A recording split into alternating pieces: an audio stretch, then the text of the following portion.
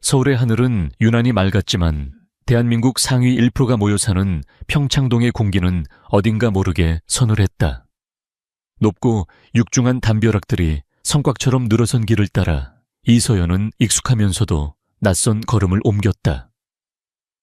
그녀의 손에는 어머니 박미선 여사가 간절히 부탁한 보온 도시락이 들려 있었고, 다른 쪽 어깨에는 그녀의 꿈과 미래가 담긴 포트폴리오 가방이 매달려 있었다. JK그룹의 총수 강태무 회장의 저택은 그 중에서도 가장 압도적인 위용을 자랑했다. 현대적인 디자인의 거대한 철문은 마치 외부 세계와의 단절을 선언하는 듯 굳게 닫혀 있었다. 서연은 인터폰 버튼을 누르기 전 잠시 숨을 골랐다.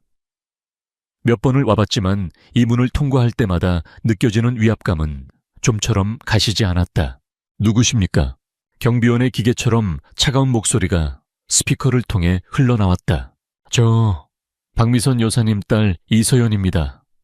어머님께 물건 좀 전해드리러 왔습니다. 잠시의 정적 후 육중한 철문이 소리 없이 미끄러지듯 열렸다. 서연은 짧게 고개를 숙여 감사를 표하고 안으로 들어섰다. 잘 가꾸어진 정원은 마치 거대한 식물원 우버나 같았다. 계절마다 피고 지는 희귀한 꽃들과 수억 원을 호가한다는 조각품들이 무심하게 배치되어 있었다. 이곳의 모든 것은 돈과 권력의 언어로 속삭이고 있었다. 저택 현관문 앞에서 초조하게 기다리고 있던 박 여사가 딸의 모습을 발견하고는 황급히 달려왔다. 어머, 우리 딸 오는 길 힘들지 않았어. 괜찮아, 엄마. 이거 부탁한 거 아직 따뜻해. 서연은 도시락을 건네며 희미하게 웃었다. 박 여사는 딸의 헬쑥한 얼굴을 보며 마음이 아팠다. 몇 달째 계속되는 구직 활동에 지쳐 보였다. 고생했네. 얼른 들어가서 물이라도 한 잔. 아니야, 엄마. 바로 가봐야 해. 혹시라도 폐 끼치면 안 되잖아. 폐는 무슨... 그래도 얼굴 본 지가 언젠데. 잠깐만 있다가. 박 여사는 딸의 손을 잡아 끌었다. 그 순간 저택 안쪽에서 날카로운 목소리와 함께 무언가 깨지는 듯한 소리가 희미하게 들려왔다. 박 여사의 얼굴이 하얗게 질렸다. 어머나, 회장님. 그녀는 서연에게 조용히 제발 조용히 하라는 듯 다급한 눈빛을 보내며 딸의 등을 떠밀어 주방 쪽으로 향하게 했다. 넌 여기 꼼짝 말고 있어. 무슨 일인지 보고 올 테니. 서연은 고개를 끄덕였지만 불안한 예감에 심장이 두근거렸다. 그녀가 서 있는 곳은 거대한 대리석 복도의 끝 주방으로 향하는 입구였다. 멀지 않은 곳에 서재로 보이는 공간의 문이 살짝 열려 있었고 긴장된 공기가 그 틈으로 새어 나오고 있었다. 이런 간단한 문제 하나 해결 못해서 월급 받아가는 겁니까? 지금 장난해요. 얼음장처럼 차가운 목소리. 바로 이 저택의 주인이자 JK그룹의 총수 강태무의 목소리였다. 서연은 자기도 모르게 숨을 죽였다. 언론에서 묘사되던 그의 이미지는 냉철한 완벽주의자였다. 하지만 지금 들리는 목소리는 그보다 훨씬 더 날카롭고 무자비했다. 죄송합니다, 회장님. IT팀에서 지금 원인을 파악하고 있습니다만 원인 파악 10분 뒤면 중동 투자자들과의 화상회의입니다. 수십억 달러가 걸린 프로젝트의 최종 프레젠테이션이 열리지 않는다는 게 말이나 됩니까? 당신들 전부 해고되고 싶어. 열린 문틈으로 초조하게 서성이는 양복 입은 남자들의 모습이 보였다. 그 중심에는 거대한 스마트 스크린이 있었고 화면에는 알아볼 수 없는 에러 코드만이 깜빡이고 있었다. 서효연의 눈이 그 화면에 고정되었다. 그래픽 디자이너로서 수없이 밤을 새우며 다루었던 프로그램의 에러 메시지였다.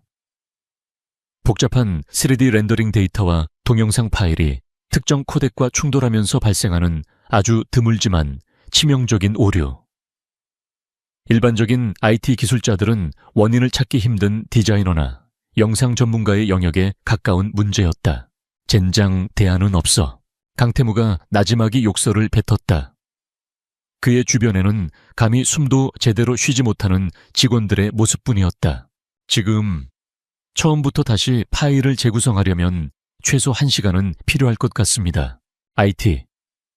팀장의 기어들어가는 목소리에 강태무의 눈빛이 살얼음처럼 변했다. 1시간. 그것은 사형 선고나 다름없었다. 그때였다. 모든 것을 지켜보던 서연의 머릿속에서 해결책이 번개처럼 스쳐 지나갔다. GUI, 그래픽 사용자 인터페이스가 손상되었다면 커맨드 라인을 통해 직접 렌더링 엔진에 접근하면 된다. 복잡하고 위험 부담이 따르지만 성공한다면 단 몇 분 안에 파일을 복구할 수 있는 방법이었다. 안 돼, 이서연. 네가 나설 자리가 아니야. 엄마를 곤란하게 만들 거야. 그녀는 스스로에게 경고하며 발길을 돌리려 했다.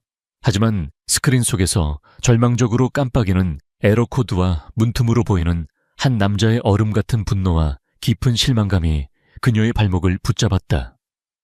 저것은 단순한 파일 오류가 아니었다. 누군가의 절박함, 그리고 그 너머에 걸려있는 수많은 사람들의 노력이었다. 박 여사가 다른 사용인들과 함께 차를 준비하러 분주한 사이 서연은 자기도 모르게 서재 문 쪽으로 한 걸음 다가섰다. 그리고 결심했다. 저기, 실례합니다. 조용하지만 분명한 목소리가 서재의 얼어붙은 공기를 갈랐다. 모든 시선이 문틈에 서 있는 낯선 여자에게로 향했다. 강태무의 미간이 신경질적으로 좁혀졌다. 누구지? 죄송합니다. 저는 그냥 지나가다 들었는데 혹시 제가 도와드릴 수 있을까 해서요. 서연은 자기도 모르게 튀어나온 말을 후회했지만 이미 엎질러진 물이었다. IT 팀장이 경멸적인 시선으로 그녀를 위아래로 훑었다. 아가씨, 지금 여기가 어디라고 끼어듭니까? 빨리 나가지 않으면 경비를 부르겠소. 가파일 렌더링 코덱 충돌 오류가 맞다면 그래픽 인터페이스를 거치지 않고 직접 커맨드 라인으로 실행하면 2분 안에 복구할 수 있습니다. 서연의 말에 서재 안의 모든 사람들이 순간 얼어붙었다.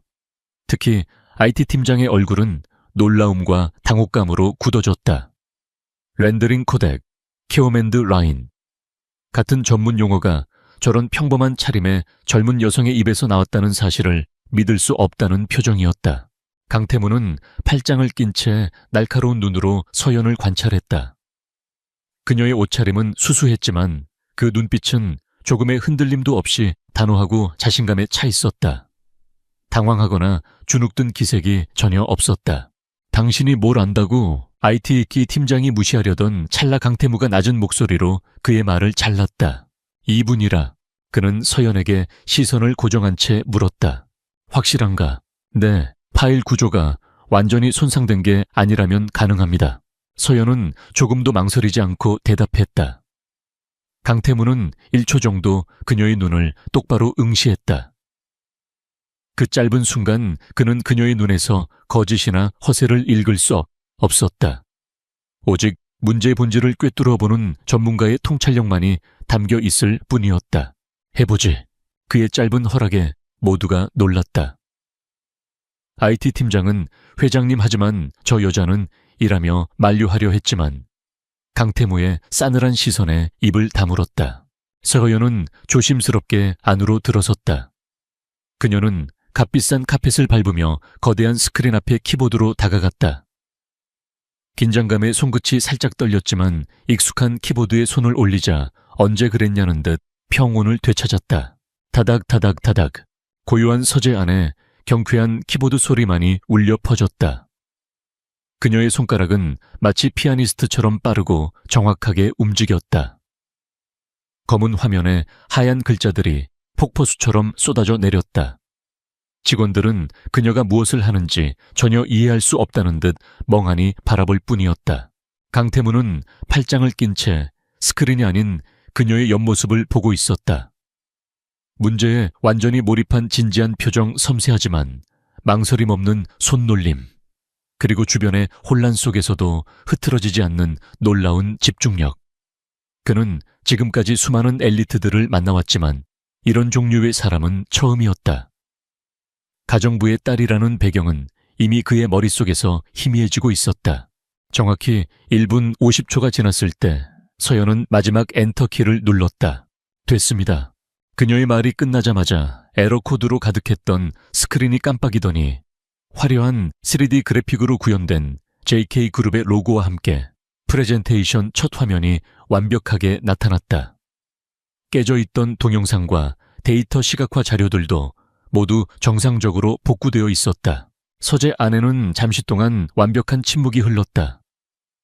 IT 팀장은 자신의 눈을 의심하며 스크린을 확인했고, 다른 직원들은 안도의 한숨과 함께 경외로운 눈빛으로 서연을 쳐다보았다. 세상에, 이게 어떻게 가능하지? 누군가 나지막이 중얼거렸다. 서연은 조용히 자리에서 일어나 뒤로 물러섰다. 이제 자신의 역할은 끝났다고 생각했다. 감사합니다. 강태무가 입을 열었다. 그의 목소리에는 더 이상 아까의 냉기가 남아있지 않았다. 대신 깊은 호기심과 알 수 없는 감정이 섞여 있었다. 이름이 뭐지? 그때 딸을 찾아 헤매던 박 여사가 서재 문 앞에 도착했다. 그리고 그 광경을 보고 심장이 멎는 듯 됐다. 자신의 딸이 감히 회장님과 대화를 나누고 있다니. 그녀는 사색이 되어 달려왔다. 후장님, 죄송합니다. 제 딸이 분수도 모르고 큰 실수를 저질렀습니다. 당장 끌고 나가겠습니다. 서연아, 어서 이리 와서 사과드려. 박 여사는 서연의 팔을 잡아 끌며 강태무 앞에서 머리를 조아렸다. 서연 역시 당황하며 고개를 숙였다. 하지만 강태무의 시선은 겁에 질린 박 여사가 아닌 담담하게 서 있는 서연에게 고정되어 있었다. 그는 박 여사의 사과를 가볍게 손짓으로 막았다. 실수가 아닙니다, 아주머니. 오히려 큰 도움을 받았습니다. 그는 다시 서연을 향해 물었다. 이름을 묻지 않았나? 서연은 잠시 망설이다가 작은 목소리로 대답했다. 이서연입니다. 이서연. 강태무는 그 이름을 입안에서 조용히 굴려보았다. 마치 귀한 보석의 가치를 감정하듯. 차갑기만 하던 그의 눈에 처음으로 흥미라는 빛이 떠올랐다. 단순한 흥미를 넘어선 무언가를 발견한 자의 예리한 광채였다. 한낱 가정부의 딸이 그의 성격에 들어와 그의 엘리트 팀이 해결하지 못한 문제를 단 2분 만에 해결했다. 그리고 지금 그녀는 아무 일도 없었다는 듯 조용히 사라지려 하고 있었다. 강태무의 머릿속에서 복잡한 계산이 시작되고 있었다.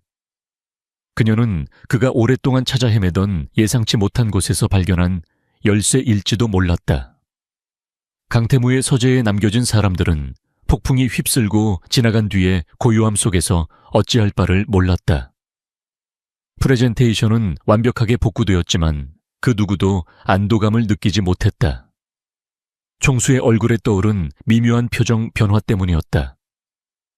그것은 분노가 가라앉은 것도 문제가 해결된 기쁨도 아니었다. 사냥감이 나타났을 때의 포식자처럼 예리하고 집요한 무언가였다. 그는 엉망이 된 IT 팀장과 직원들을 향해 차갑게 말했다. 오늘부로 내 집무실과 저택의 모든 시스템에 접근 금지입니다. 인사팀에 대기 발령 조치하라고 전해두겠습니다. 나가보세요. 후장님. 팀장이 무어라 변명하려 했지만 강태무는 더 이상 들을 가치도 없다는 듯 손짓했다. 그의 결정은 언제나 번복되지 않는다는 것을 아는 직원들은 잿빛 얼굴로 고개를 숙이고 물러났다. 서재에 홀로 남은 강태무는 거대한 스크린 앞에 섰다.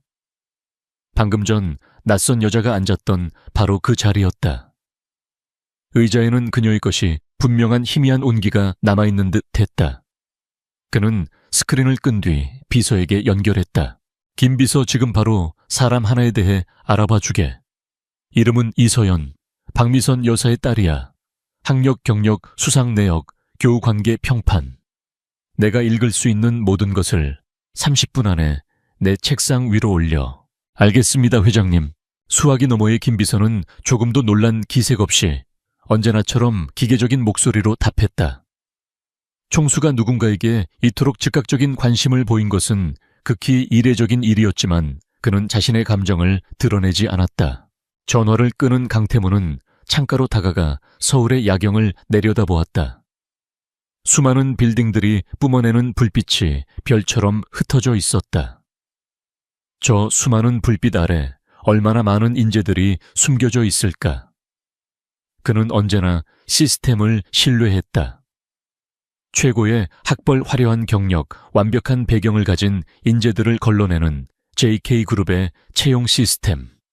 하지만 오늘 그 시스템 밖에 한 사람이 그의 견고한 신념에 작은 균열을 냈다. 이세호연. 그는 다시 한번 그 이름을 되뇌었다. 그녀의 눈빛을 잊을 수 없었다. 모두가 공포와 혼란에 빠져 있을 때 유일하게 문제의 핵심을 꿰뚫어 보던 그 침착하고 이성적인 눈빛을. 그것은 결코 우연이나 행운으로 나올 수 있는 것이 아니었다. 수많은 경험과 깊이 있는 지식이 축적된 자만이 가질 수 있는 통찰력이었다. 한편 저택을 빠져나온 이서연은 어머니의 끝없는 잔소리를 들어야 했다. 네오 정말 간이 배 밖으로 나왔구나. 거기가 어디라고 함부로 나서 회장님이 어떤 분이신 줄 알고 엄마가 여기서 쫓겨나면 우리 식구는 길바닥에 낫는 거야. 알아. 박 여사의 목소리는 공포로 떨리고 있었다. 서연은 어머니의 손을 꼭 잡았다. 미안해, 엄마. 나도 모르게 그만. 너무 다급해 보여서. 그리고 결과적으로는 잘 해결됐잖아. 회장님도 고맙다고 하셨고, 고맙다는 말이 진짜 고맙다는 말인 줄 알아. 그분들 속은 우리가 상상도 못할 만큼 복잡해. 제발 다시는 이런 일 만들지 마. 응, 알았어, 엄마. 정말 미안해. 서연은 고개를 숙였다. 어머니를 걱정시킨 죄책감이 무겁게 어깨를 짓눌렀다. 하지만 마음 한구석에서는 기묘한 만족감이 피어오르고 있었다. 몇 달 동안 면접에서 수없이 거절당하며 무가치하게 느껴졌던 자신의 능력이 오늘 가장 극적인 방식으로 증명된 것이다. 강태무의 마지막 눈빛이 자꾸만 떠올랐다. 그 차가운 시선 속에 담겨있던 것은 경멸이나 무시가 아니었다. 값을 매길 수 없는 무언가를 발견한 듯 단 예리한 평가의 시선이었다. 다음 날 아침 서연은 여느 때처럼 컴퓨터 앞에 앉아 채용 공고를 뒤지고 있었다. 그때 모르는 번호로 전화가 걸려왔다. 여보세요? 이서연 씨 되십니까? 정중하지만 딱딱한 남자의 목소리였다. 네, 그런데요. JK그룹 비서실입니다. 강태무 회장님께서 오늘 오후 2시까지 본사 50층 회장실로 와주셨으면 합니다. 서연의 심장이 쿵 하고 내려앉았다. 내 제어를... 왜? 자세한 용건은 직접 회장님께 들으시면 됩니다. 약속 시간 엄수해 주시기 바랍니다. 전화는 일방적으로 끊겼다. 서연은 잠시 동안 멍하니 휴대폰을 들고 있었다. JK그룹 본사 50층. 서울에서 가장 높은 곳 중 하나이자 그룹의 심장부. 감히 상상도 해본 적 없는 장소였다. 어제의 일로 문책을 당하려는 걸까? 아니면 어머니가 해고라도 당하게 된 걸까? 온갖 불길한 생각이 머릿속을 스쳐 지나갔다. 약속 시간 10분 전 서연은 JK그룹 본사 로비에 서 있었다. 사방이 대리석과 유리로 이루어진 거대한 공간은 그녀를 더욱 작고 초라하게 만들었다. 그녀는 평소 면접을 보러 갈 때 입던 가장 단정한 정장을 꺼내 입었지만 이곳을 오가는 사람들의 명품 옷과 값비싼 시계들 사이에서 자신이 이물질처럼 느껴졌다. 안내 데스크에 신분을 밝히자 직원은 이미 알고 있었다는 듯 정중하게 그녀를 VIP 전용 엘리베이터로 안내했다.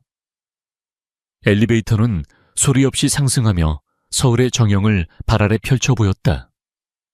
숫자가 50에 멈추고 문이 열리자 그림자처럼 대기하고 있던 김 비서가 그녀를 맞았다. 이소연 씨, 이쪽으로 오시죠. 회장님께서 기다리고 계십니다. 회장실의 문은 생각보다 평범했지만 그 문을 열고 들어서는 순간 서연은 숨을 멈췄다. 방의 한쪽 벽면 전체가 통유리로 되어 있어 서울 시내가 파노라마처럼 펼쳐져 있었다. 마치 세상의 꼭대기에 서 있는 듯한 착각을 불러 일으키는 공간이었다. 그리고 그 풍경을 등지고 강태무가 서 있었다. 어제 저택에서 보았던 편안한 차림이 아닌 흠잡을 데 없이 완벽한 맞춤 정장을 입은 모습이었다.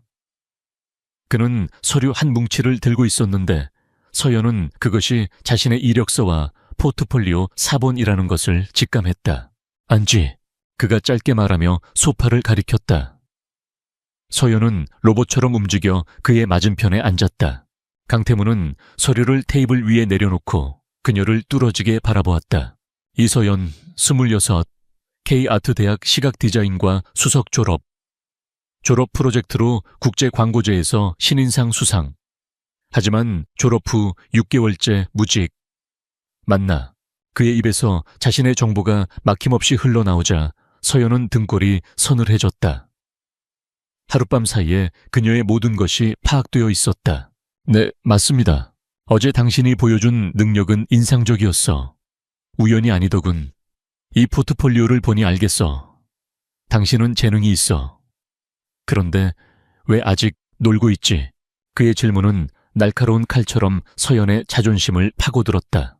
그건 서연은 차마 학벌이나 인맥이 없어서라고 말할 수 없었다. 그녀는 대신 아직 저와 맞는 회사를 찾지 못했습니다. 라고 둘러댔다.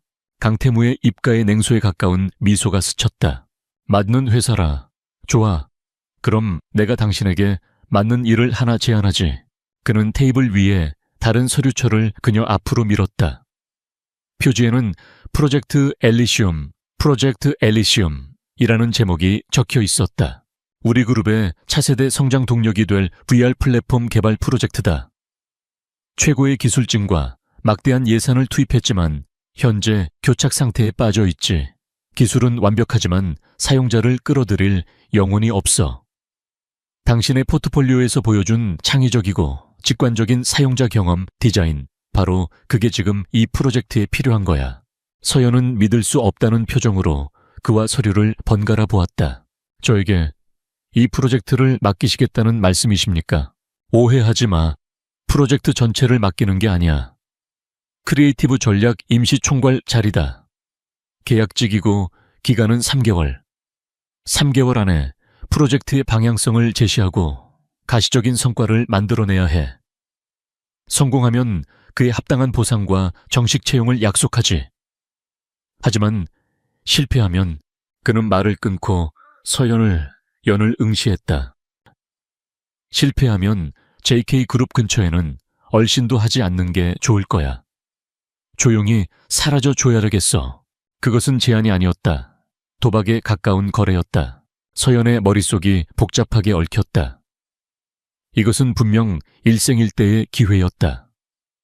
하지만 동시에 이해할 수 없는 일이었다. 왜 하필 나지 수많은 엘리트들을 제쳐두고 왜 고작 가정부의 딸인 내게 이런 중책을? 왜 접니까? 그녀는 용기를 내어 물었다. 나는 배경이나 학벌 따위는 보지 않아. 오직 결과와 능력으로만 판단하지. 어제 당신은 내 앞에서 당신의 능력을 증명했어. 나는 내 눈을 믿네. 지금 JK그룹에는 당신처럼 시스템 밖에서 온 예측 불가능한 변수가 필요해. 판을 흔들 수 있는 사람 말이야. 그의 말은 논리적이었지만 서연은 여전히 무언가 석연치 않음을 느꼈다. 그때 회장실 문이 노크소리와 함께 열리고 한 중년 남성이 들어왔다. 날카로운 눈매와 야심으로 가득 찬 얼굴.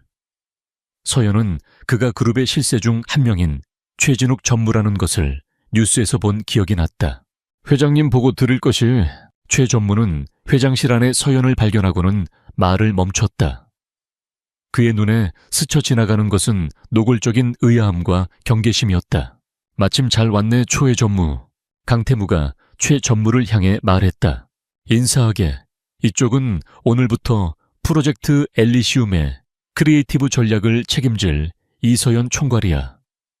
최 전무가 진행 상황을 직접 브리핑하고 필요한 모든 지원을 하도록. 최 전무의 얼굴이 순간 굳어졌다.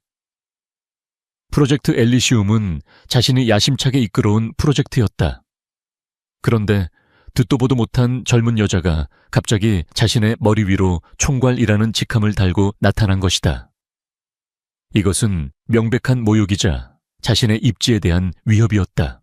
회장님 실례지만 이분은 어느 부서에서 내 직속이야. 내 모든 권한을 위임받았으니 최 전무는 이 총괄의 지시에 따르기만 하면 돼. 불만 있나? 강태무의 목소리는 한치의 의심도 허용하지 않았다. 최 전무는 억지로 표정을 관리하며 고개를 숙였다. 아닙니다, 회장님. 회장님의 뜻에 따르겠습니다. 하지만 그는 서연을 향해 증오와 경멸이 뒤섞인 시선을 보냈다. 그 짧은 시선 속에서 서연은 앞으로 자신이 걸어가야 할 길이 결코 순탄치 않을 것임을 직감했다.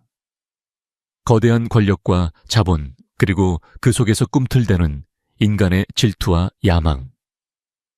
그녀는 이제 그 전쟁터의 한복판으로 걸어 들어가야 했다. 강태무는 서연에게 시선을 돌렸다. 그의 눈빛은 그녀의 결정을 재촉하고 있었다. 어떻게 하겠나? 이서연 씨, 내 제안을 받아들이겠나? 아니면 이대로 돌아가서 계속 구직 사이트나 뒤지고 있겠나? 어제 내가 본 당신의 능력이 그저 우연한 행운이 아니었음을 증명해봐. 도전이었다. 그녀의 자존심과 가능성 전체를 건. 서연은 최 전무의 저기에 찬 시선과 강태무의 모든 것을 꿰뚫어 보는 듯한 눈빛을 차례로 마주보았다. 그리고 천천히 하지만 단호하게 입을 열었다. 이서연은 자신을 향해 꽂히는 두 개의 시선을 정면으로 마주했다. 하나는 그녀의 가능성을 시험하는 강태무의 날카로운 눈빛이었고, 다른 하나는 노골적인 적의를 드러내는 최진욱 전무의 경멸적인 시선이었다. 거대한 회장실의 공기가 팽팽한 긴장감으로 압축되는 듯했다. 그녀의 대답 하나에 모든 것이 달려 있었다. 여기서 물러선다면 그녀는 다시 어둡고 막막한 현실로 돌아가야 할 터였다. 그녀는 천천히 숨을 들이마셨다. 그리고 조용하지만 그 안에 강철 같은 심지를 담은 목소리로 말했다. 하겠습니다. 단 한마디. 하지만 그 안에는 그녀의 모든 자존심과 미래에 대한 결의가 담겨 있었다. 강태무의 입가에 만족스러운 미소가 희미하게 번졌다. 그는 이미 그녀가 그 제안을 받아들일 것이라 예상하고 있었다. 어제 저택에서 보여주었던 대담함은 결코 일회성이 아니었다. 최진욱 전무는 믿을 수 없다는 듯 혹은 경멸스럽다는 듯 미간을 찌푸렸지만 감히 총수의 결정에 토를 달지는 못했다. 조하. 강태무가 말했다. 김비서 이서연 총괄의 사무실과 필요한 모든 비품을 준비해. 오늘부터 바로 출근하도록. 그리고 프로젝트 엘리시움 팀 전원에게 공지하고 내일 아침 첫 회의를 소집해. 최 전무 이 총괄에게 필요한 모든 데이터를 즉시 인수인계하도록. 알겠습니다, 회장님. 최진욱은 마지못해 대답했다. 그의 목소리에는 분노가 억눌려 있었다. 그렇게 이서연의 JK그룹에서의 첫날이 시작되었다. 그녀에게 배정된 사무실은 프로젝트 팀이 있는 35층의 가장 좋은 위치에 있는 독립된 공간이었다. 하지만 그곳은 환영의 공간이 아니었다. 그녀가 복도를 지날 때마다 직원들은 노골적으로 힐끔거리며 수군거렸다. 쟤요, 여자야 회장님 낙하산이라는. 어디서 굴러먹던 여자인지 최 전무님 라인 다 물갈이 되는 거 아니야. 얼굴은 반반하게 생겼는데 얼마나 버틸지 어디 한번 보자고. 그들의 목소리는 작았지만 비수처럼 날아와 서연의 가슴에 박혔다. 그녀는 애써 태연한 척하며 자신의 사무실로 들어갔다. 텅 빈 책상과 의자만이 그녀를 맞았다. 약속된 비품이나 컴퓨터는 아직 도착하지 않았다. 의도적인 태만이라는 것을 모를 만큼 그녀는 어수룩하지 않았다. 잠시 후 최진욱 전무가 거만한 표정으로 그녀의 사무실에 나타났다. 그의 손에는 두꺼운 서류 뭉치와 외장 하드디스크가 들려 있었다. 이 총괄 회장님의 명인이 인수인계는 해주지. 그는 서류와 하드디스크를 책상 위에 던지듯 내려놓았다. 이게 지난 6개월간의 프로젝트 엘리시움 관련 데이터 전부요. 기술 사용자 데이터 분석 시장 조사 자료 회의록까지. 내일 아침 회의 전까지 전부 파악하고 프로젝트의 새로운 방향성에 대한 이 총괄의 천재적인 아이디어를 브리핑해줬으면 좋겠군. 우리 팀원들 모두가 아주 기대하고 있으니 그것은 명백한 함정이자 시험이었다.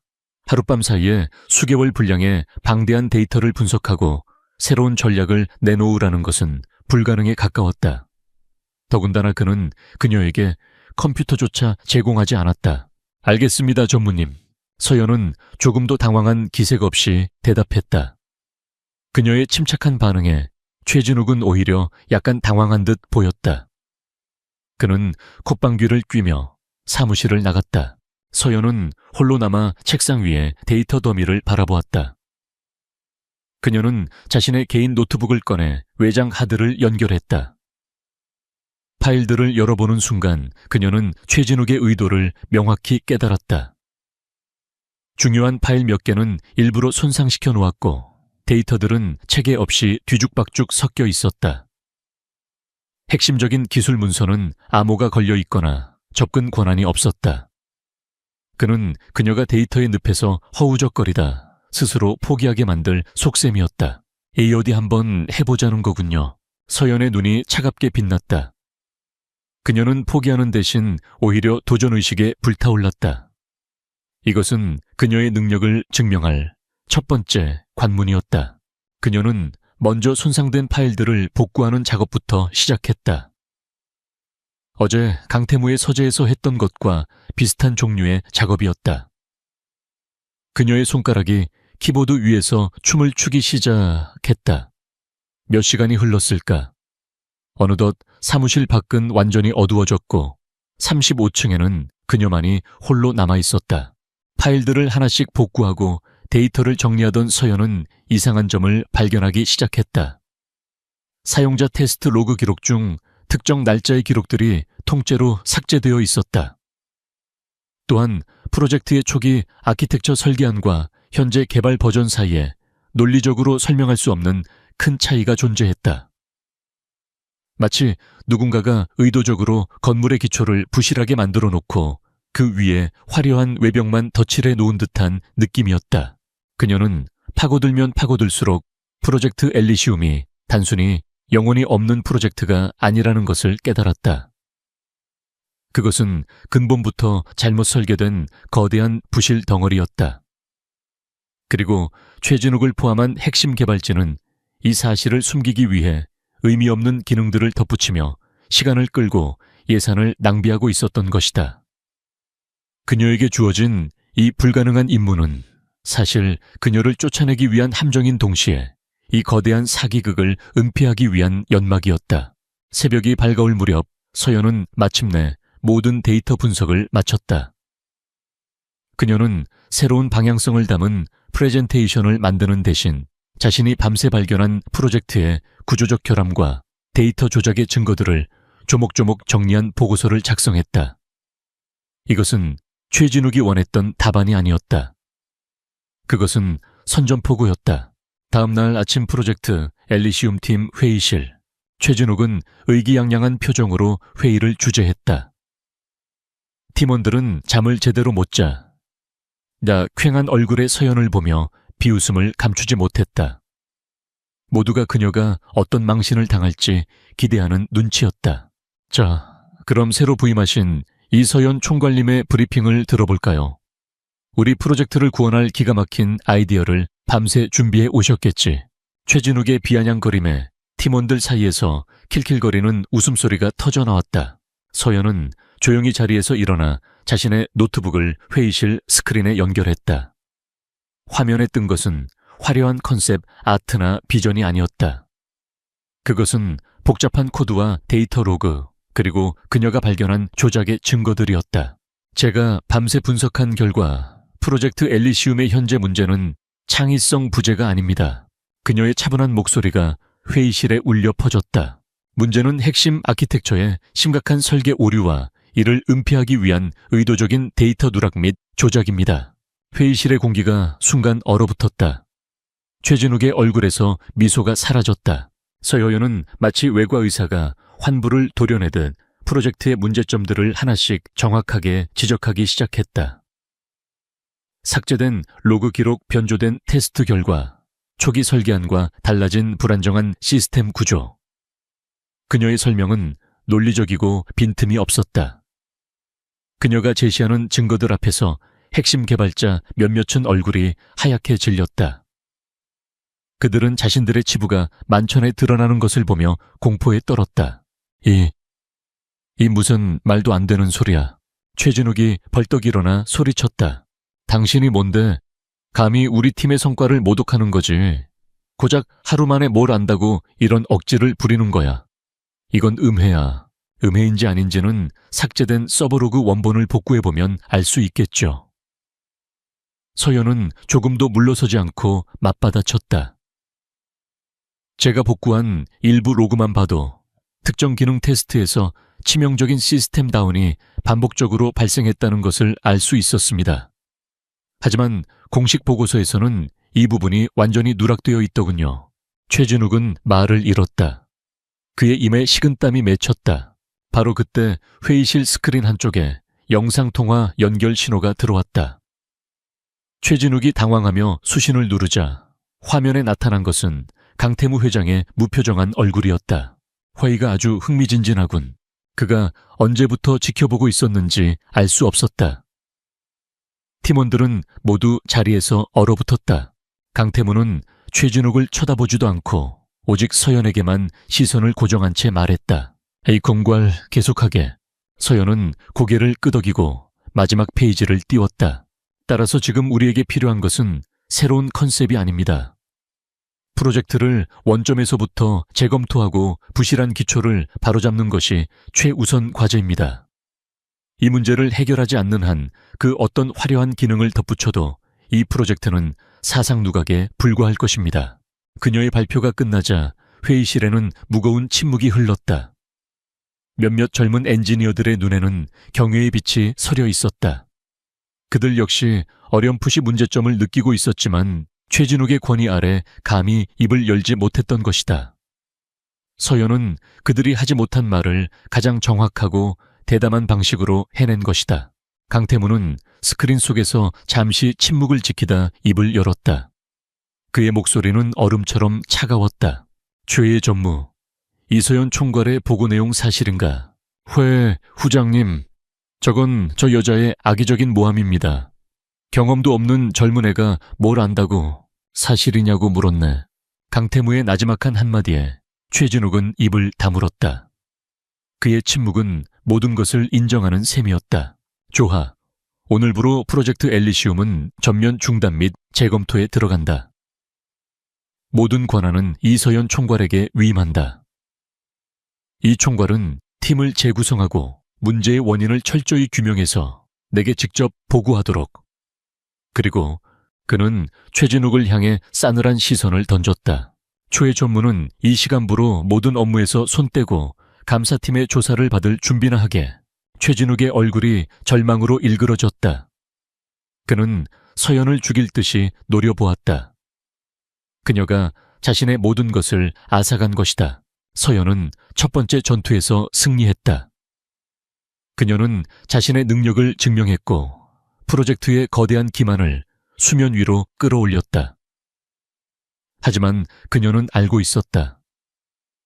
이것은 결코 끝이 아니라는 것을. 최진욱의 증오에 찬 눈빛, 그리고 그가 숨기려 했던 진실의 배후에 도사리고 있을 더 큰 어둠. 그녀는 이제 막 전쟁의 서막을 열었을 뿐이었다. 최진욱 전무가 감사팀에 끌려나가면서 회의실의 공기는 완전히 바뀌었다. 공포와 혼란, 그리고 일말의 경외감이 뒤섞인 시선들이 모두 한 사람 이서연에게로 쏠렸다. 그녀는 하룻밤 사이에 회장 낙하산에서 프로젝트의 운명을 짊어진 구원자 혹은 파괴자가 되어 있었다. 강태무는 영상통화를 끊기 전 마지막으로 한마디를 남겼다.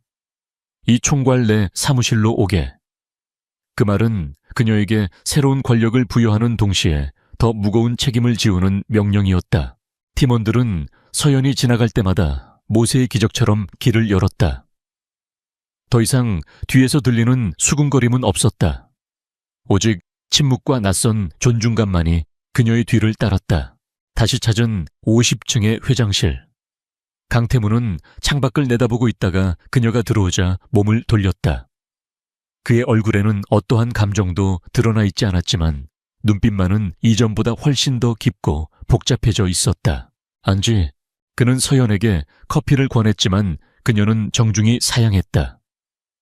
지금은 카페인을 섭취할 때가 아니었다. 예상보다 더 대단하군. 고작 하루 만에 프로젝트의 암덩어리를 정확히 찾아낼 줄이야. 강태무가 입을 열었다. 최진욱은 내 아버지 때부터 일해 온 사람이었네. 나는 그를 믿었지. 아니, 그의 능력을 믿었다는 편이 더 정확하겠군. 그의 목소리에는 희미한 실망감이 묻어났다. 이제 자네가 이 프로젝트의 정원을 갖게 됐어. 팀을 재구성하고 예산을 재편성하고 처음부터 다시 시작하게. 필요한 건 뭐든지 지원하겠네. 실패에 대한 부담은 갖지 마. 이미 바닥까지 떨어진 프로젝트니까. 내가 원하는 건 오직 하나 진실이야. 이 프로젝트가 왜 어떻게 이 지경까지 왔는지 그 진실을 내 눈앞에 가져와. 알겠습니다, 회장님. 서여연은 흔들림 없는 목소리로 대답했다. 그녀는 이제 이 일이 단순히 커리어를 위한 도전이 아님을 깨달았다. 그것은 거대한 조직의 심장부에 파고든 부패를 파헤치는 위험한 외과 수술과도 같았다. 그날 오후부터 서연은 팀 재구성에 착수했다. 그녀는 최진욱의 핵심 측근들을 모두 프로젝트에서 배제시켰다. 대신 회의실에서 경외의 눈빛을 보내던 젊은 엔지니어 몇 명을 따로 불렀다. 그 중에는 팀의 막내 개발자인 박준형도 있었다.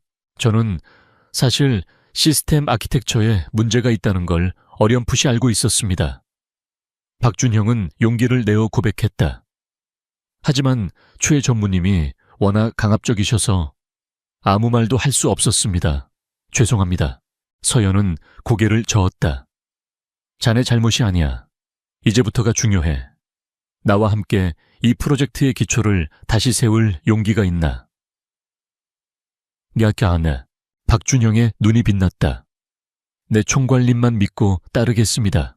서연은 박준형처럼 양심과 실력을 갖춘 소수의 팀원들을 중심으로 새로운 팀을 꾸렸다. 그녀는 그들에게 기술적인 재검토를 맡기고 자신은 또 다른 전쟁터로 향했다. 바로 프로젝트의 예산과 관련된 서류들이었다. 기술적인 결함 뒤에는 분명 재정적인 문제가 얽혀 있을 것이라는 직감이 강하게 들었기 때문이다. 그녀는 회계팀에 지난 1년간의 프로젝트 엘리시움 관련 지출 내역 전체를 요청했다. 처음에는 비협조적이던 회계팀도 회장 직속이라는 그녀의 직책 앞에서는 어쩔 수 없이 자료를 내주었다. 수백 페이지에 달하는 장부와 영수증 계약서 더미 속에서 서연은 다시 한번 밤을 새웠다. 그녀는 그래픽 디자이너였지만 숫자를 읽고 그 안에 숨겨진 논리의 허점을 찾아내는 데에도 비상한 재능이 있었다. 그녀의 아버지는 작은 공장을 운영하다 회계 사기를 당해 모든 것을 잃었다. 그 후로 그녀는 숫자를 믿지 않았고 대신 숫자가 만들어내는 패턴과 그 이면의 진실을 집요하게 파고드는 법을 스스로 터득했다. 그리고 그녀의 직감은 틀리지 않았다. 서류 더미 속에서 이상한 점들이 하나둘씩 발견되기 시작했다. 첫째, 존재하지 않는 하드웨어에 대한 구매 비용이 청구되어 있었다. 최첨단 렌더링 서버 수십 대를 구매했다는 기록이 있었지만 실제 자산 목록에는 그 절반밖에 존재하지 않았다. 나머지 절반은 서류상으로만 존재하는 유령 장비였다. 둘째, 컨설팅 비용이 비정상적으로 높게 책정되어 있었다. 알파테크라는 생소한 이름의 외주 업체에 매달 수억 원의 자문료가 지급되고 있었다. 하지만 그들이 제출한 결과 보고서는 인터넷에서 쉽게 찾을 수 있는 일반적인 기술 동향 분석 자료를 짜깁기한 수준에 불과했다. 셋째, 가장 결정적인 증거는 예산 집행과 개발 진척도 사이에 명백한 불일치였다. 이미 전체 예산의 70%가 소진되었지만 실제 프로젝트의 완성도는 20%에도 미치지 못했다. 수백억 원의 돈이 공중으로 증발해버린 것이다. 서연은 알파테크라는 회사를 더 깊이 파고들었다.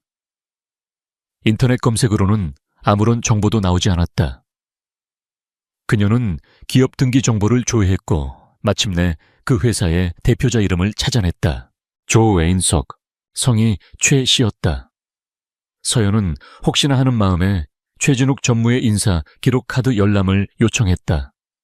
그리고 그의 가족관계란에서 그 이름을 발견했다. 최인석, 그의 친동생이었다. 모든 조각들이 맞춰지기 시작했다. 최진욱은 자신의 동생 이름으로 유령 회사를 차리고 프로젝트 예산을 빼돌려 왔던 것이다.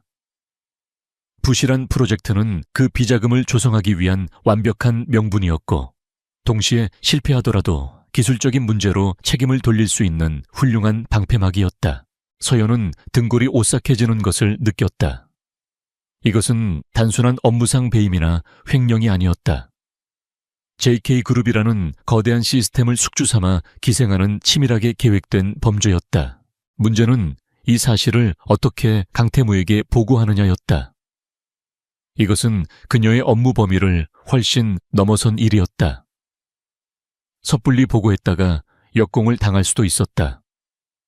최진욱이 수십 년간 그룹에 뿌리내린 인맥과 영향력은 무시할 수 없었다.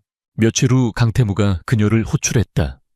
프로젝트 재검토 진행 상황을 보고받기 위해서였다. 서연은 기술적인 문제점과 새로운 개발 방향에 대해 먼저 브리핑했다. 강태무는 만족스러운 표정으로 고개를 끄덕였다. 보고가 끝날 무렵 서연은 잠시 망설이다 결심한 듯 입을 열었다. 회장님, 혹시 프로젝트의 재정적인 부분에 대해서도 제가 검토할 권한이 있습니까? 강태무의 눈이 가늘어졌다. 무세운 문제라도 발견했나? 아직 확실하지는 않습니다만 몇 가지 의문점이 있습니다. 서연은 자신이 발견한 사실들을 직접적으로 언급하는 대신 질문의 형식으로 조심스럽게 운을 뗐다. 프로젝트 예산 집행 내역을 검토하던 중 알파테크라는 컨설팅 업체에 과도한 비용이 지출된 것을 발견했습니다. 하지만 그들의 결과물은 비용에 비해 터무니없이 부실합니다. 혹시 이 업체에 대해 알고 계신 것이 있으신지요? 강태무는 잠시 생각에 잠겼다. 그의 머릿속 데이터베이스가 빠르게 회전했다. 알파테크라. 처음 듣는 이름이군. 그렇습니까? 최진욱 전무님께서 직접 계약을 진행하셨다고 들었습니다. 서연의 말에 강태무의 표정이 미세하게 굳어졌다. 그는 서연의 의도를 파악했다. 그녀는 단순한 기술자가 아니었다. 그녀는 숲 전체를 보고 있었고 나무뿐만 아니라 그 뿌리까지 파헤치고 있었다. 대우 알아낸 게 있나? 그의 목소리가 한 톤 낮아졌다. 서연은 이제 숨길 필요가 없다고 판단했다. 그녀는 자신이 조사한 자료들, 유령 하드웨어 구매 목록과 알파테크의 실체에 대한 증거들을 그의 책상 위에 올려놓았다. 강태무는 말없이 서류들을 검토했다. 페이지를 넘기는 그의 손가락 끝에 힘이 들어갔다. 최진욱의 동생 이름이 적힌 등기부등본을 보았을 때 그의 얼굴은 분노로 차갑게 얼어붙었다. 그것은 배신감이었다. 자신의 아버지가 신임했고 자신 또한 믿었던 자에 대한 깊은 배신감. 그는 한동안 아무 말도 하지 않았다. 회장실 안에는 무거운 침묵만이 흘렀다. 서연은 마른 침을 삼키며 그의 반응을 기다렸다. 마침내 강태무가 고개를 들었다. 그의 눈은 더 이상 서연을 부하 직원으로 보는 눈이 아니었다. 그것은 동맹을 바라보는 눈빛이었다. 비록 공식적인 동맹은 아닐지라도 공동의 적을 앞에 둔 비밀스러운 연대감이었다. 이서연 총괄, 그가 입을 열었다. 아예 자네의 공식적인 임무는 프로젝트 엘리시움을 성공시키는 것이야. 하지만 나는 자네에게 비공식적인 임무를 하나 더 주지. 그는 서연이 가져온 서류들을 다시 그녀에게 밀어주었다. 이 일은 내가 공식적으로 지시할 수 없는 일이야. 하지만 자네라면 할 수 있겠지. 계속 파헤쳐. 이 썩어빠진 뿌리가 어디까지 연결되어 있는지 그 끝을 내게 보여줘. 필요한 모든 것은 내가 뒤에서 뒷받침하겠네. 단 들키지 마. 이건 우리 둘만의 비밀이야. 그 순간 강태무와 이서연의 관계는 완전히 재정이 되었다. 더 이상 총수와 계약직 직원이 아니었다. 그들은 거대한 음모에 맞서는 두 명의 공모자가 되었다. 한 명은 절대적인 권력을 가졌지만 빛 속에 있었고, 다른 한 명은 아무 배경도 없지만 어둠 속에서 움직일 수 있었다. 그들의 위험한 동맹이 막 시작되고 있었다. 강태무와의 비밀 동맹은 이서연에게 새로운 무기를 쥐어주었다. 낮에는 프로젝트 엘리시움의 총괄 책임자로서 무너진 팀을 재건하고 기술의 기초를 다지는 데 몰두했다. 그녀의 명확한 비전과 합리적인 리더십 아래 박준형을 비롯한 젊은 엔지니어들은 다시 활기를 되찾았다. 프로젝트는 더디지만 확실하게 정상 궤도를 향해 나아가고 있었다. 하지만 해가 지고 모두가 퇴근한 JK그룹의 텅 빈 사무실에서 그녀의 진짜 전쟁이 시작되었다. 강태무는 자신의 권한을 이용해 그녀에게 회사의 가장 깊숙한 데이터를 열람할 수 있는 백도어를 열어주었다. 내부 감사팀의 로그 기록, 서버 접근 내역, 심지어 임원들의 법인카드 사용 내역까지. 서연은 그 방대한 정보의 바다를 항해하며 최진욱이 남긴 오염의 흔적들을 샅샅이 추적했다. 그녀는 밤마다 찾아낸 증거들을 암호화된 채널을 통해 강태무에게 직접 보고했다. 보고를 받는 그의 메시지는 언제나 짧고 간결했다. 확인했음. 계속 진행할 것. 감정이 배제된 그 말 속에서 서연은 오히려 강한 신뢰를 느꼈다. 그는 그녀를 믿고 자신의 모든 것을 걸고 있었다. 한편 직무정지 상태로 자택에 집거하던 최진욱은 초조함을 감출 수 없었다. 수십 년간 JK그룹에 심어놓은 자신의 정보원들을 통해 이서연이라는 여자의 행적이 계속 보고되고 있었다.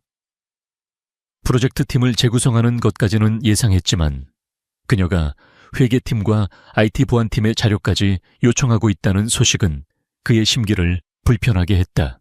개운방진 계집애 감히 내 뒤를 캐고 있어.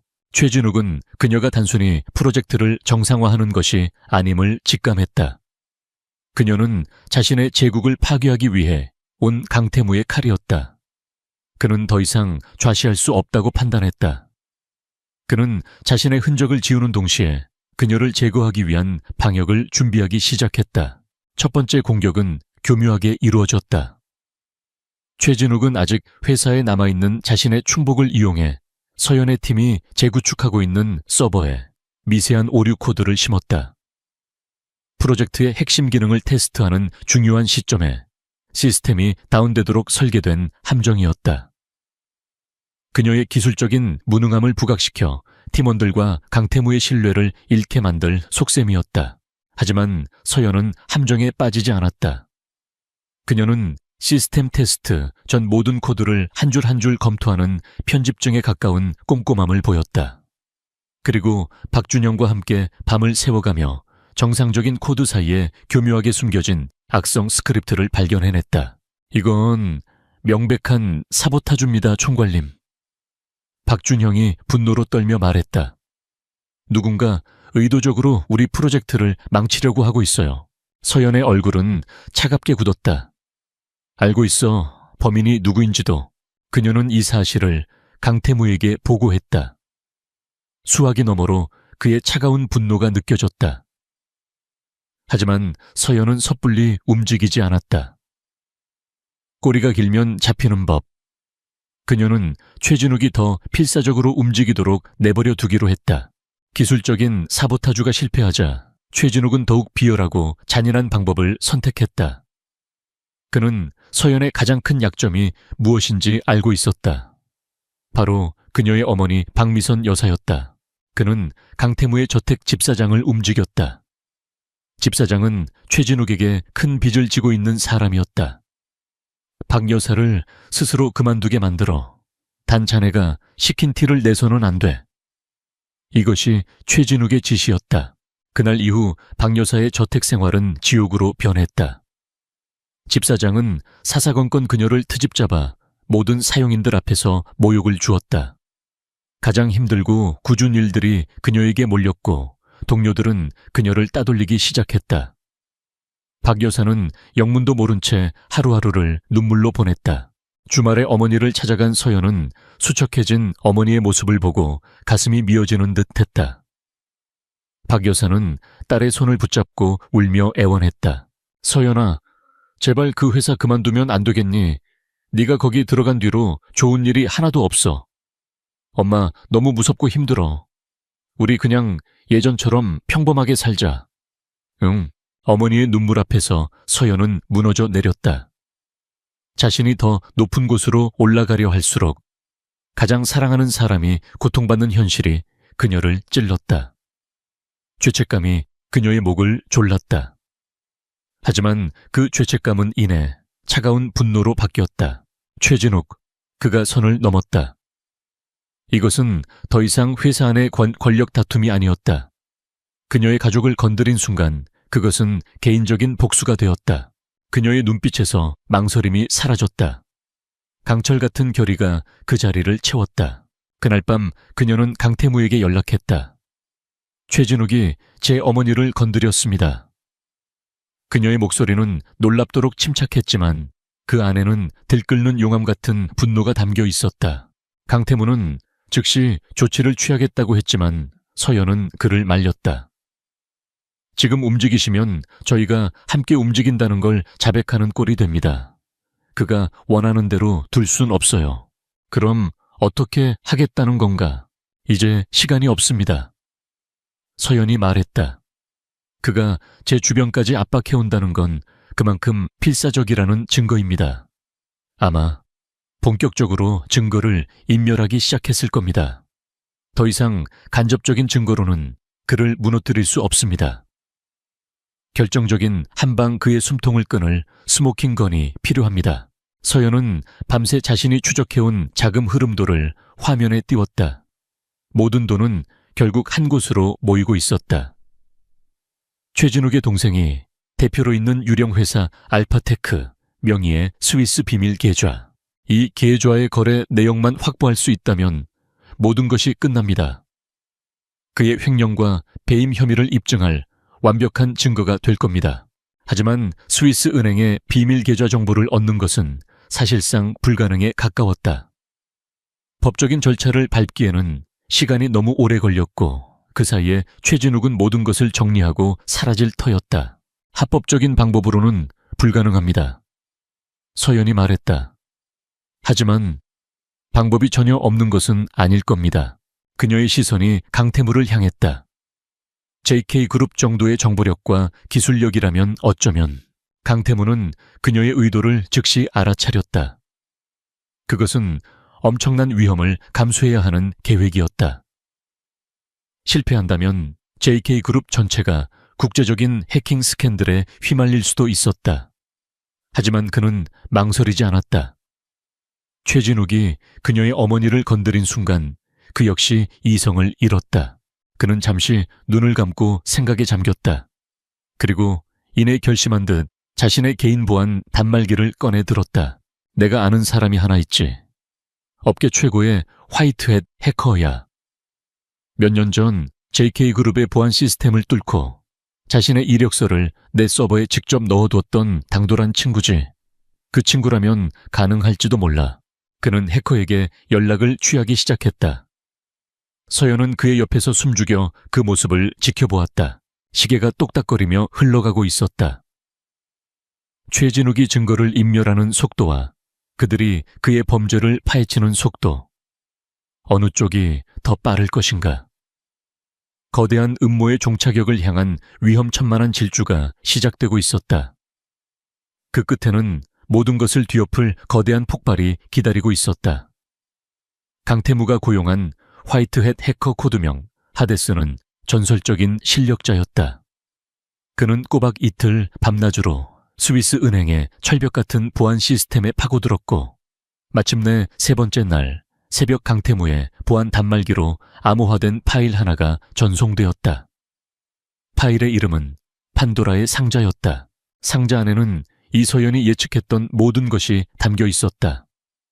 알파테크, 명의의 계좌로 JK그룹의 자금이 흘러들어온 내역, 그리고 그 돈이 다시 수십 개의 차명 계좌로 쪼개져 최진욱과 그의 가족 측근들에게 분배된 기록까지. 모든 거래 내역이 날짜와 시간 금액까지 정확하게 찍혀 있는 빼도 박도 못할 증거였다. 해냈군요. 파일을 확인한 서연의 목소리는 담담했지만 그녀의 눈은 승리의 빛으로 타오르고 있었다. 강태무는 말없이 고개를 끄덕였다. 그의 얼굴은 분노를 넘어선 차가운 결의로 가득 차 있었다. 이제 사냥의 마지막 단계를 시작할 시간이었다. 다음 날 아침 JK그룹의 모든 이색에 강태무 회장 명의의 긴급 이사회 소집 통보가 전달되었다. 안건은 프로젝트 엘리시움의 향방 및 그룹의 중대 경영 현안에 대한 논의, 동시에 그룹 내부에는 교묘하게 조작된 소문들이 퍼지기 시작했다. 강태무 회장이 이서연이라는 여자한테 단단히 홀려서 프로젝트를 망치고 있다더라. 프로젝트 엘리시움이 복구 불가능한 상태에 빠져서 이사회가 뒤집혔다. 회장의 리더십에 대한 불신임 투표가 진행될 수도 있다. 이것은 최진욱을 마지막 무대로 끌어내기 위한 미끼였다. 직무정지 상태였지만 여전히 그룹 내에 자신의 세력을 유지하고 있던 최진욱은 이 소식을 듣고 쾌재를 불렀다. 그는 강태무가 자멸하고 있다고 판단했다. 이서연이라는 애송이를 믿고 일을 그르쳤고 이제 궁지에 몰려 이사회를 소집했다고 생각한 것이다. 이 어리석은 놈, 이제 내 시대도 끝이다. 최진욱은 이번 이사회가 강태무를 끌어내리고 자신이 그룹의 실권을 장악할 절호의 기회라고 확신했다. 그는 자신을 따르는 이사들을 규합하고 강태무의 경영 실패를 질타하며 그의 퇴진을 요구할 만반의 준비를 마쳤다. 그는 자신이 승리자가 될 것이라 조금도 의심하지 않았다. 긴급 이사회가 열리는 날, JK그룹 본사 50층의 이사회 회의실에는 팽팽한 긴장감이 감돌았다. 거대한 원목 테이블을 중심으로 그룹의 최고 권력자들이 둘러 앉아 있었다. 그들의 얼굴에는 각기 다른 계산과 야망이 서려 있었다. 회의실은 강태무를 지지하는 소장파와 최진욱을 중심으로 뭉친 원로파로 명확히 나뉘어 있었다. 이서연은 이사 자격이 아니었기에 회의실 한쪽 구석의 보조석에 조용히 앉아 있었다. 최진욱과 그의 무리들은 그녀를 벌레 보듯 쳐다보며 경멸의 미소를 흘렸다. 저 계집애가 바로 강태무의 발목을 잡은 원흉이라고, 그리고 오늘 함께 몰락할 것이라고 생각했다. 회의가 시작되자마자 최진욱이 자리에서 벌떡 일어났다. 이장 본론으로 들어갑시다. 그는 강태무를 회장이 아닌 의장이라고 부르며 도발했다. 우리는 언제까지 강 의장의 독단과 경영 실패를 지켜보고만 있어야 합니까? 검증되지 않은 저런 젊은 여자에게 그룹의 미래가 걸린 프로젝트를 맡긴 것부터가 재앙의 시작이었습니다. 그는 서연을 손가락으로 가리키며 맹비난을 퍼부었다. 프로젝트 엘리시움은 완전히 실패했습니다. 막대한 예산만 낭비하고 그룹의 신뢰를 땅에 떨어뜨렸습니다. 이는 전적으로 강태무 의장의 무능과 독선이 빚어낸 결과입니다. 본인은 강 의장이 이번 사태에 책임을 지고 경영 일선에서 물러날 것을 강력히 요구하는 바입니다. 그의 선동에 그를 따르는 이사들이 일제히 동조의 목소리를 높였다. 회의실은 순식간에 강태무를 성토하는 장으로 변했다. 하지만 강태무는 조금의 동요도 없이 그 모든 비난을 묵묵히 듣고 있었다. 마침내 소란이 잦아들자 그가 조용히 입을 열었다. 최전무의 말대로 프로젝트 엘리시움에 문제가 있었던 것은 사실입니다. 그의 차분한 인정에 최진욱의 얼굴에 의기양양한 미소가 떠올랐다. 하지만 그 문제는 여러분이 상상하는 것보다 훨씬 더 깊고 추악한 곳에 뿌리를 내리고 있었습니다. 그 진실에 대해서는 이 자리에 이서연 총괄이 직접 설명할 겁니다. 강태무는 서연에게 발언권을 넘겼다. 모든 이사들의 시선이 회의실 구석의 젊은 여자에게로 향했다. 최진욱은 코웃음을 쳤다. 저 여자가 무슨 말을 한들 이미 기울어진 판을 뒤집을 수는 없다고 생각했다. 서연은 조용히 자리에서 일어나 회의실 중앙의 스크린 앞으로 걸어 나갔다. 그녀의 등은 곧게 펴져 있었고 그 어떤 위축감도 찾아볼 수 없었다. 그녀는 더 이상 어수룩한 가정부의 딸이 아니었다. 진실이라는 가장 강력한 무기를 손에 쥔 전사였다. 안녕하십니까. 프로젝트 엘리시움을 책임지고 있는 이서연입니다. 그녀는 노트북을 스크린에 연결했다. 첫 화면에는 그녀가 발견했던 사보타주 코드들이 떠올랐다. 제가 프로젝트를 처음 맡았을 때 프로젝트는 단순한 교착 상태가 아니었습니다. 의도적인 파괴 행위가 있었습니다. 그녀는 차분하고 논리적인 목소리로 자신이 밝혀낸 사실들을 하나씩 펼쳐 보이기 시작했다. 기술적인 사보타주에서 시작된 그녀의 발표는 곧바로 재정 문제로 넘어갔다. 스크린의 유령 장비, 구매 목록과 부풀려진 청구서들이 나타났다. 이사들 사이에서 웅성거림이 시작되었다. 그리고 이 모든 허위 거래의 중심에는 알파테크라는 유령 회사가 있었습니다. 다음 화면에는 알파테크의 기업 정보와 대표자 최인석의 이름이 떴다. 그리고 바로 옆에는 최진욱 전무의 가족관계 증명서가 함께 떠올랐다. 최진욱과 최인석의 관계가 만천에 드러나는 순간이었다. 최진욱의 얼굴이 하얗게 질리기 시작했다. 재호, 거짓말. 저건 조작이야. 그가 미친 듯이 소리쳤지만 서연의 발표는 멈추지 않았다. 이제 마지막 한 방이 남아 있었다. 그리고 이 모든 자금은 최종적으로 이 계좌로 흘러 들어갔습니다. 스크린 가드, 스위스 은행의 계좌, 거래 내역이 펼쳐졌다. JK그룹에서 나온 수백억의 돈이 알파테크를 거쳐 최진욱의 차명 계좌들로 송금되는 모든 과정이 적나라하게 드러났다. 그것은 완벽한 범죄의 기록이었다. 최진욱은 비명을 질렀다. 그의 오만하고 자신감 넘치던 가면이 산산조각 나고 탐욕과 공포로 일그러진 맨얼굴이 드러났다. 저건 가짜야. 저 계집애가 날 모함하기 위해 꾸며낸 거라고. 이사들은 경악과 충격 속에서 아무 말도 하지 못했다. 최진욱을 따르던 이사들조차 등을 돌렸다. 그들은 자신들이 괴물의 편에 서 있었다는 사실에 몸서리쳤다. 그때 강태무가 자리에서 일어났다. 그의 목소리는 사형 선고처럼 회의실에 울려 퍼졌다. 그 증거들은 이미 외부 회계 법인의 검증을 마쳤고 오늘 아침 검찰에 모두 제출되었네. 강태무의 말이 끝나는 순간 육중한 이사회 회의실 문이 열렸다. 그리고 양복을 입은 검찰 수사관들이 들이닥쳤다. 추혜진욱 씨, 특정경제범죄 가중치 어벌법상 횡령 및 배임 혐의로 긴급 체포합니다. 변호사를 선임할 수 있으며 묵비권을 행사할 수 있습니다. 수사관들이 최진욱의 양팔을 붙잡고 수갑을 채웠다. 수십 년간 쌓아 올렸던 그의 철옹성은 불과 몇 분 만에 무너져 내렸다. 그는 체포되어 끌려가면서까지 이서연을 향해 저주를 퍼부었다. 회의실에 남은 사람들은 모두 망연자실한 표정이었다. 거대한 폭풍이 모든 것을 휩쓸고 지나간 듯했다. 그 혼란 속에서 이서연은 굳건히 서 있었다. 그녀는 자신의 가장 강력한 적과 정면으로 맞서 싸웠고 마침내 승리했다. 강태무가 그녀에게로 다가왔다. 그는 더 이상 그녀를 상사나 동맹의 눈으로 보지 않았다. 그의 눈에는 한 인간이 다른 인간에게 보낼 수 있는 가장 깊은 존경과 그 이상의 무언가가 담겨 있었다. 전쟁은 끝났다. 그리고 새로운 시작이 그들 앞에 놓여 있었다. 최진욱의 시대는 그렇게 막을 내렸다. JK그룹 역사상 가장 충격적인 이사회는 그룹 전체를 뒤흔드는 거대한 태풍의 시작이었다. 강태무는 기회를 놓치지 않았다. 그는 최진욱의 체포를 기점으로 수십 년간 그룹 내부에 골마있던 부패의 뿌리를 모조리 도려내는 대대적인 숙청 작업에 착수했다. 최진욱의 라인에 서서 그의 비리를 묵인하거나 동조했던 임원들은 모두 해임되었고 그 빈자리는 실력과 양심을 갖춘 젊은 인재들로 채워졌다. JK그룹은 아팠지만 필요한 수술을 통해 다시 건강해지고 있었다.